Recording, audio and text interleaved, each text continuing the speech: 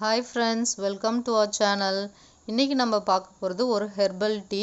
அதுக்கு முன்னாடி இதோட யூசஸ் என்னன்னு பார்த்துடலாம். நீண்ட நாளா உங்களுக்கு கோல்டோ இல்ல காஃபோ இல்ல பிரீத்திங்ல ஏதாவது ப்ராப்ளமோ இருக்குன்னா கண்டிப்பா இந்த வீடியோவை நீங்க ஃபுல்லா பார்க்கணும். ஸ்கிப் பண்ணாம பார்க்கணும். அப்பதான் அதுக்கு ஒரு ஃபுல் ரெமெடி கிடைக்கும். இப்போ நம்ம எப்படி அந்த ஹெர்பல் டீ ரெடி பண்றதுன்னு நம்ம பார்க்கலாம். வீடியோக்குள்ள போலாம் வாங்க. இப்போ ஃபஸ்ட்டு நீங்கள் டீ போடுறதுக்கு தான அந்த டீ பவுடரை 1 டம்ளர் தண்ணியில் போட்டுக்கோங்க. 2 ஸ்பூன் டீ பவுடர் போட்டுக்கோங்க.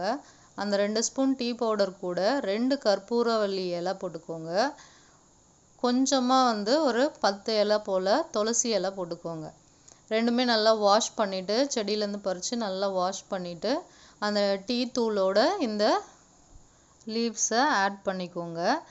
அந்த ஹெர்பல் லீவ்ஸோட பெனிஃபிட்ஸ் பார்த்தீங்கன்னா கற்பூரவள்ளியும் துளசியும் இந்த சளிக்கு இருமலுக்கு நீண்ட நாளாக ரொம்ப நாளாக உங்களுக்கு அந்த சளி இருமல்னால பிரச்சனை இருக்கவங்க இதை டெய்லியுமே எடுத்துக்கலாம்.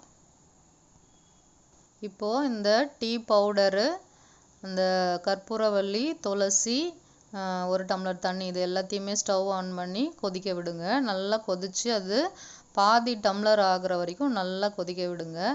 கொதிச்சதுக்கப்புறம் அதை ஃபில்டர் பண்ணி டம்ளரில் எடுத்துக்கோங்க. அதாவது இப்போ நம்ம போட்டது 2 இலை 2 பேர் குடிக்கலாம். அந்த டிகாஷன் 2 பேர் குடிக்கலாம். நல்லா எஃபெக்டிவாக இருக்கும். இதை டெய்லி காலையிலையும் ஈவினிங்கும் ரெகுலராக பயன்படுத்திட்டு வந்தீங்கன்னா உங்களுக்கு கண்டிப்பாக அந்த இருமல் சளி ப்ராப்ளம் இருக்கவே இருக்காது. டிகாஷனோட 1 டம்ளர் பால் சேர்த்து 2 ஸ்பூன் சர்க்கரையோ இல்லைன்னா இதுக்கு பதில் பனவெல்லமோ சேர்த்திங்கன்னா சூப்பரான ஹெர்பல் டீ ரெடி ஆயிடுச்சு. இதோட வாசனையும் செம்மையாக இருக்கும். டேஸ்ட்டும் பார்த்தீங்கன்னா சூப்பராக இருக்கும். இது இந்த கிளைமேட்டுக்கு ரொம்ப ஏற்ற டீ.